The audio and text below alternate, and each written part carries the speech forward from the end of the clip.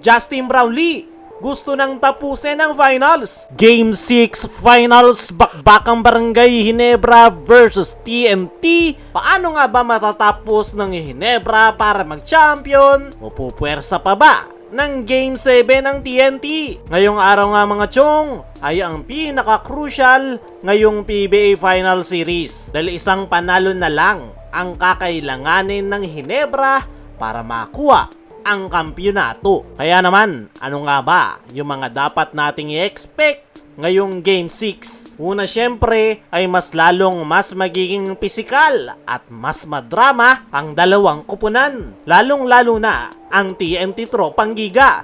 Gigil na gigil ang TNT na makabawi at gagawin nila ang lahat para lang makapuwersa ng Game 7. Kung madrama na si Chot Reyes nitong mga nakaraan, ay i-expect nyo na mas magiging madrama pa ito ngayong Game 6 dahil back against the wall na ang kanyang kupunan at hindi na sila pwedeng matalo. Pagdating naman sa Barangay Ginebra, syempre gusto na nilang matapos ang series at ayaw na nilang paabutin pa ng Game 7. Kaya naman, ano nga ba yung mga kailangan gawin ng dalawang kupunan para makuha ang panalo?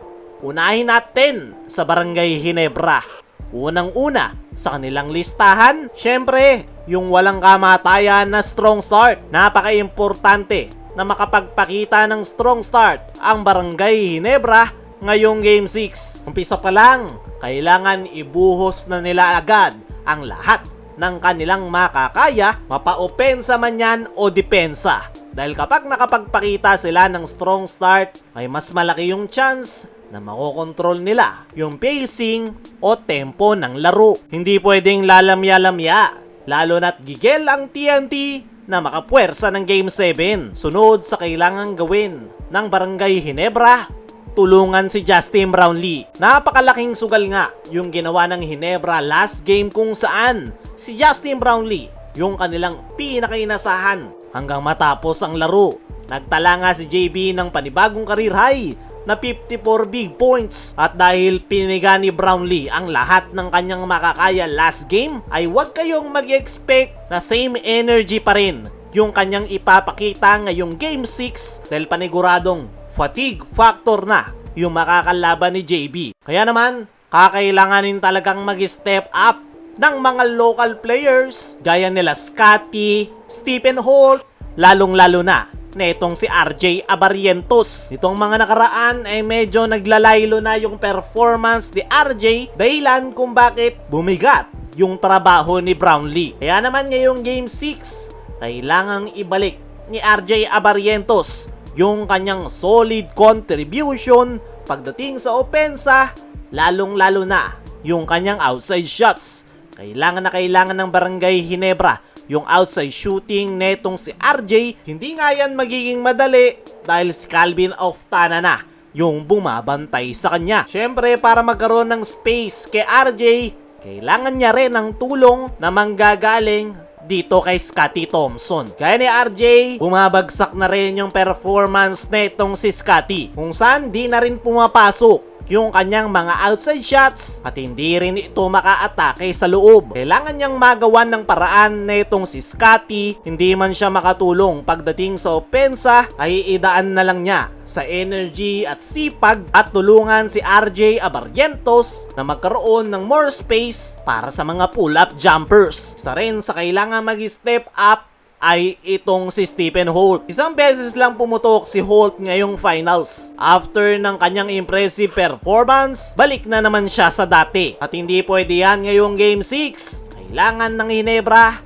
yung outside shooting netong si Stephen Holt. At speaking of outside shooting, ay isa yan sa isa pa sa kailangan ng Ginebra. Kailangan hindi lang si Brownlee at RJ yung iinit dyan. Kailangan lahat sila ay pumutok gaya ng ginawa nila noong Game 1, kung saan hindi alam ng TNT kung sino yung kanilang didepensahan. At syempre, panghuli ay strong finish. Palagi nga bumabagsak yung performance ng Ginebra pagpasok ng second half at dun sila dinadali ng TNT.